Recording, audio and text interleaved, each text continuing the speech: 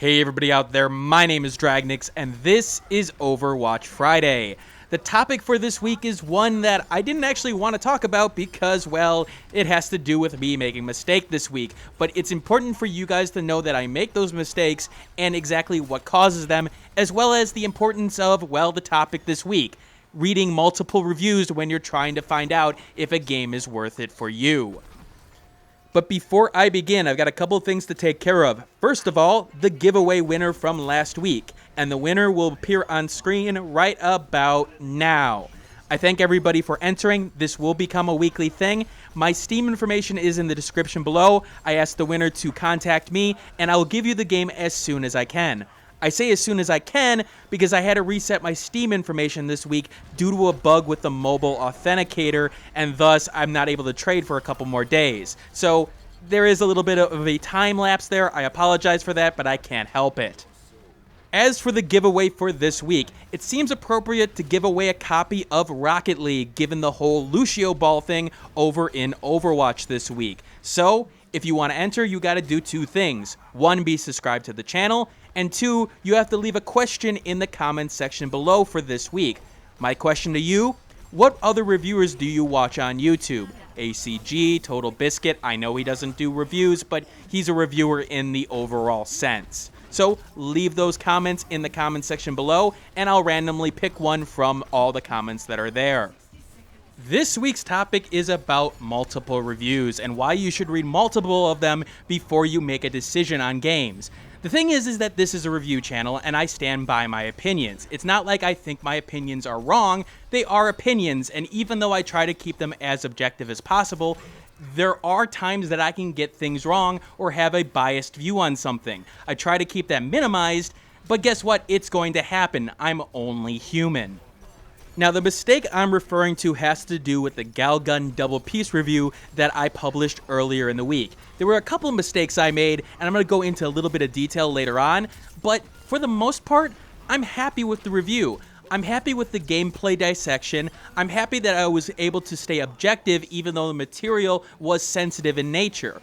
But with that said, there were a couple of mistakes that I made, and unfortunately, I'm not happy with the mistakes because they were some things that I should have caught before I published it. Alright, I need to add some context before I go further on this. There was a person at a GameStop that I usually talk with, and they had played the Galgun double piece Vita version of the game. Now, I don't have a PlayStation Vita, but the fact is this game goes out for the PlayStation 4 and the Vita. So I did want to try to provide some information for Vita owners on exactly what the game's state is. The content of the game is mostly the same, it's just that, well, I don't have a Vita so that I can actually test it. So when I talked to him, I got information regarding the specifics that I wanted to talk about in terms of the Vita port. What were the controls like? Were there any performance issues in particular? When it came to story and gameplay, I was less concerned because of the fact that I felt like the content would be the same, but I still asked him about it. So he gave me answers. He had said the performance was good, the controls were snappy, they didn't have any problems there. And given the guy's history, I believed him without getting a secondary source. And I made a mistake because of that. Even before that mistake, I had already made a mistake. Now, those who watched the review would note that the Vita version enhancer score that I gave was a +5. That was mostly due to the controls.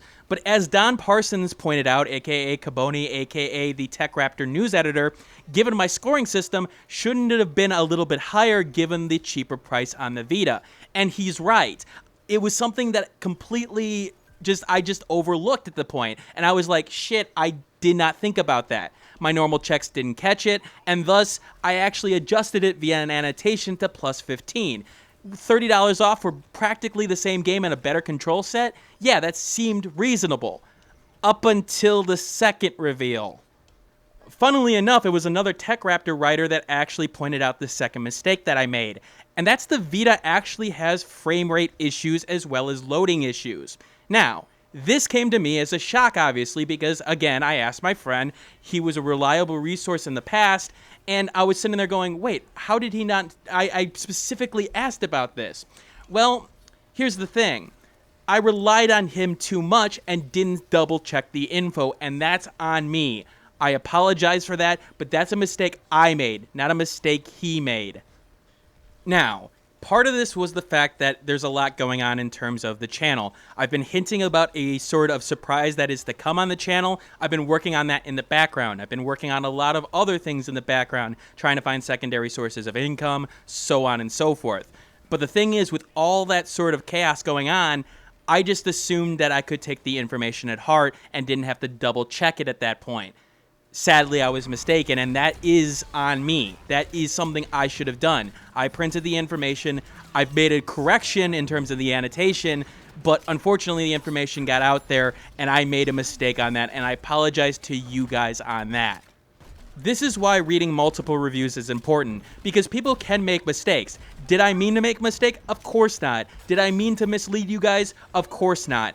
But it happens. The thing is, if you read the Destructoid Galgun double piece review, if you read Tech Raptor's review on it, you would find information that seemingly contradicted my review. And so that gives you a little bit more incentive to say, well, wait a minute, let me go find more information to make sure that, I get the right set of information here. And thus, you as a consumer have more to work with.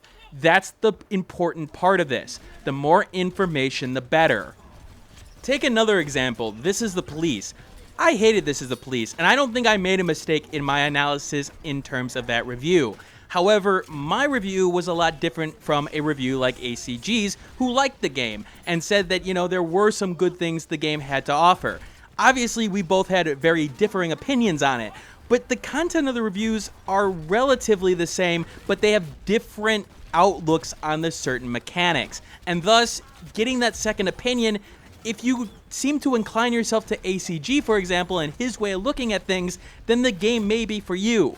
Now, I try to put myself into the shoes of other people when doing these reviews. I think a good reviewer does that because, hey, if the game is not for me, but the game is for you, then I want to be able to tell you that. Now, I can't always get that 100% right because even though I put the shoes on of other people, I may put them on wrong. I know that some people think that reviewing is easy in terms of, you just play a video game and throw some information on a video, or, you write something down and, give it to everyone. I don't think it's that easy in terms of being a good reviewer and giving everything to your audience, making sure that you hit every angle so that you know that this game is right for that person. I do think that it's maybe easier than, let's say, rocket science, or maybe easier than my software engineering that I was doing, but there is a skill to it, and it's a skill that I don't think a lot of people have in terms of being able to step back and say, okay, hold on a second. I may not like stealth mechanics, for example, but what if a person likes the stealth mechanics? Can this game work as a stealth game? I don't think there's a lot of people, especially in today's world, that are willing to do that on a regular basis. That's why I like to see sites like OpenCritic, for example. OpenCritic, for those who don't know, it's a gaming-focused Metacritic, but instead it allows for flexibility, allows for multiple review styles in terms of verdicts versus non-verdicts, scores versus non-scores, or different scoring styles as well as it has a feature to be able to say, oh, hey, I don't like Arthur Guys' reviews because I don't think they match what I'm looking for in terms of reviews. Don't show them to me. And I think that's important. Find the reviewers that you do, share a little bit of commonality with, and being able to get the information that you want out of those reviewers. Always listen to multiple of them because, like in this case, guess what? Even one reviewer can make a mistake.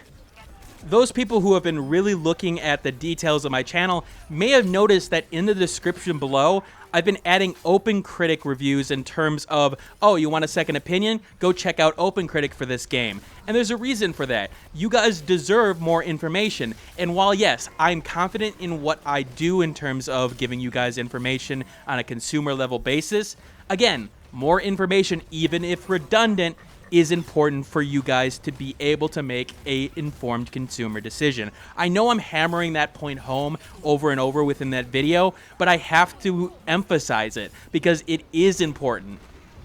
Now, what am I going to do to make sure that this doesn't happen again? Well, first of all, I've added to my list, make sure that you double check the sources in terms of, the friends that you have beyond this sort of veil in terms of this channel. Yes, I'm the one who's doing the review in terms of the PlayStation 4 version of Galgun Double Peace, but it doesn't mean that I'm not going to go to other people and try to get their experiences as well, get their performance, understand what they liked about the game and didn't like the game. That's only after I've made my original decision in terms of scoring, in terms of my opinion about the game. It's more so used to reinforce what I have. Luckily, I do have a network of people that I can give, information to and get information from now. Again, a good amount of those are from TechRaptor because, again, that is a very, very good site and a very friendly set of people within that site. But there's also other YouTubers and other people that I've talked with. Again, only at a certain point will I get that information from them, but it is part of the process, and it is part of the process that people may not see all the time. Because, again, if everything went well in the review, then that information is just redundant, and I don't really need to add that in terms of the review in question. But like things like with suggestive gaming for the Zero Time Dilemma review, for Zero Escape, I got that information because I thought it was important for those who didn't play the series and added it as a link within that review because, hey, I may not have the knowledge, but this person does have it. And so get the information from the source. Alright, a shorter video this week because honestly I'm just tired. I've got a lot of work that I want to get done for next week in terms of reviews. I've got Headlander in terms of getting a review copy from that. A little bit strange considering it was a week after the game came out, but hey, guess what? It happens. Stranger of Sword City, I'm not gonna even talk about that game right now. I just don't want to. And again, the secret projects that I want to tell you guys about, but I can't tell you about yet. Anyway, I will see you all later, see you next week, and as always, keep on gaming.